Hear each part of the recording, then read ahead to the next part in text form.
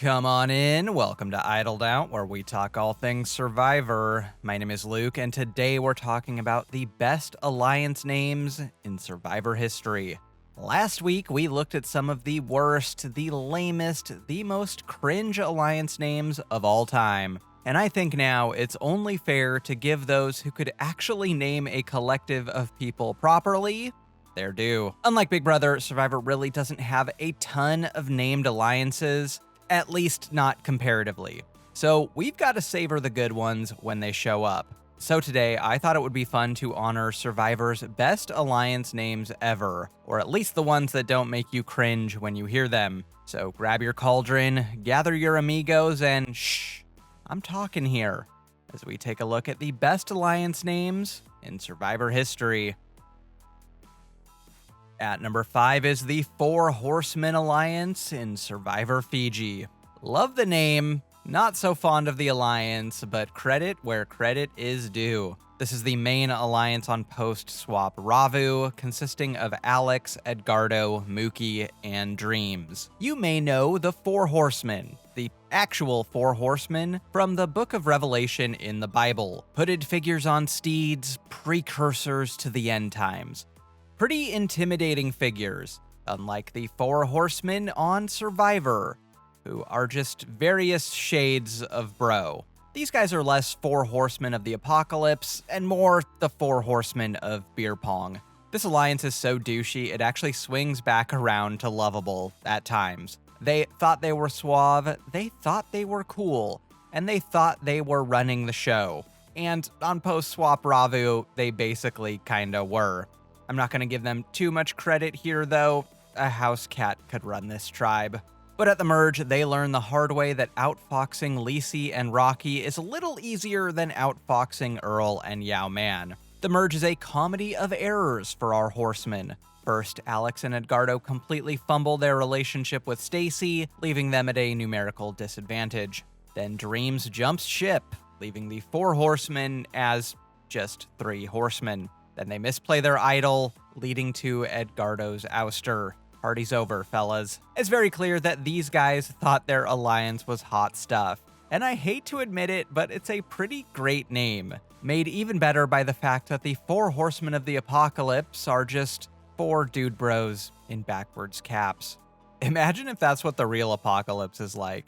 You could probably avoid hell just by giving them a case of Natty Light. At number 4 is Russell's Dumbass Girl Alliance in Survivor Samoa. It's barely an actual alliance, the name isn't even accurate, but it's so funny in hindsight.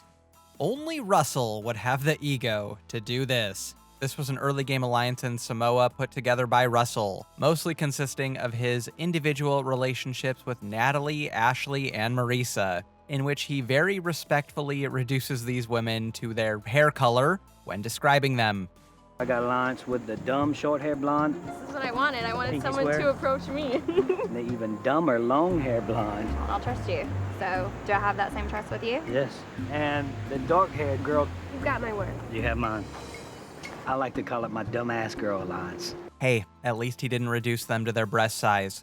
Russell Hantz, feminist. Because of Russell's various morale and property-destroying antics, Foa quickly dwindled in numbers, and Russell's once-upon-a-time ally Marisa, that's the dark hair girl as he knows her, was the first target for looking at Russell sideways or something. Ashley, that's the dumb short-hair blonde girl as Russell calls her, was voted out a few rounds later for her challenge performance on this sinking ship of a tribe.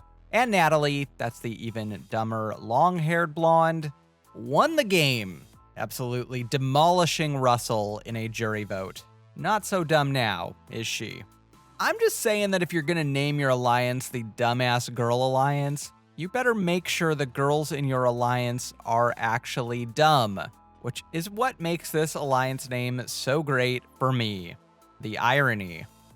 Well, I'm sure he'll learn a valuable lesson about not judging books by their covers, and he surely won't run this exact same playbook back 2 more times to increasingly diminishing results.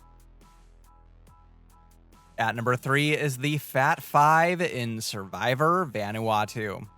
Yes, this was the more rotund alliance of guys on the all-male Lepevi tribe, formed in direct opposition to the Fit Four. And it consisted of Chris, Sarge, Chad, Rory, and Bubba.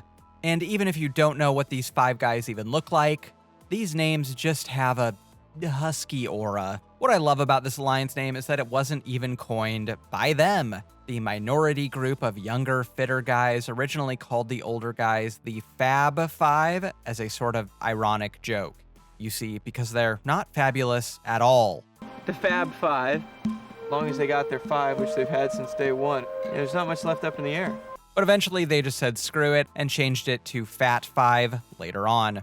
Mercifully, this was the majority alliance on this tribe, because much like their waistlines, their personalities were also bigger than the Fit Fours. Chris and Rory are all-time casting finds, Sarge was weirdly lovable, Bubba had great fashion sense, and Chad was there too. This alliance did get picked off at the merge, leaving Chris as the last man standing to make a run against the women, so they definitely were not the most successful alliance of all time. But points to these 5 for being just about the only stomachable all-male alliance in Survivor history, and for having a sense of humor about being called the Fat Five. That's just more alliance to love. At number 2 is the Witches' Coven in Survivor Cambodia. This was the alliance of Wentworth, Sierra, Abby Maria, and Cass, formed at the merge when these 4 women were on the outs of the rest of the tribe. This alliance name was actually coined by Kimmy to paint this alliance, whom she opposed, in a negative light. But why on earth would you ever give your enemies such a cool name? So now I just feel like we have to break up the little witches' coven. Kimmy is calling Sierra, Wentworth, and Abby the 3 witches. It's just like the 3 witches from Macbeth, who are stirring their cauldron, boil, boil, toil, and trouble.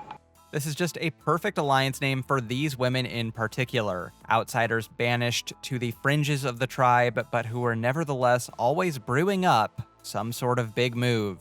While Cass was very unfortunately the merge boot, the rest of the witches had decent success in the game, even though one of the 3 of them was almost always the backup vote the entire post-merge. Sierra survived a few votes by championing big moves, single-handedly ushering in a phrase that dominated Survivor's 30s. Abby intentionally, and sometimes accidentally, made enemies of just about everyone in the game, but nevertheless survived a few additional rounds after Sierra. I love it. Even when she's trying to be nice, it's mean. You made it to the jury.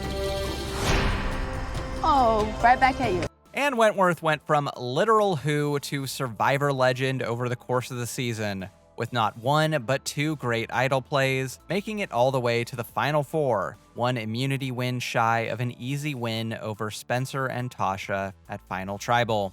The Witches' Coven were definitely one of the more rootable alliances this season, a group of underdogs who never gave up, and it's the sort of fan-favorite alliance that All-Star Season dreams are made of. And they would have been the best named alliance in Survivor history too, if not for the existence of an even more devilish group of women. The greatest alliance name in Survivor history is the Black Widow Brigade in Survivor Micronesia, and it's not even close. There is no cooler name, no name more fitting in all of Survivor Alliance history. Even alliance names that are like X tribe, Y number, like Taku 4, do not fit as well as this. While the bones of this alliance came together post-swap, as Parvati put in work to recruit Natalie and Alexis, it fully formed at the final 9, when Parvati and Sari put together a secret blindside against Ozzy. From here on out, this alliance of 5 women, Parvati, Amanda, Sari, Natalie, and Alexis, stuck together to mind game every single remaining man out of the game.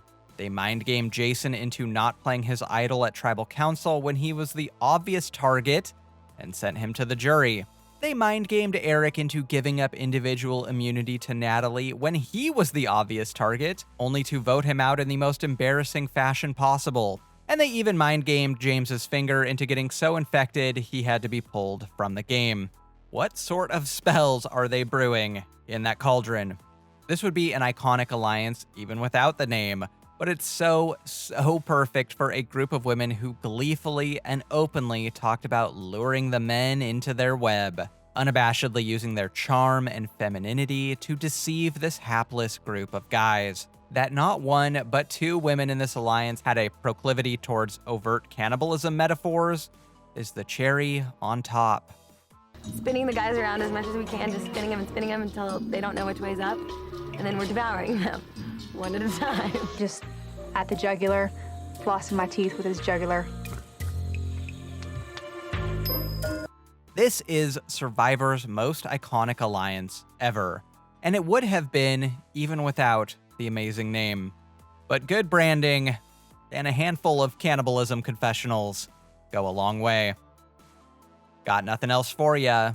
If you want to be one of my horsemen, or maybe even join my coven, like and subscribe and I'll get you more Survivor content just like this. Until next time, don't get idled out.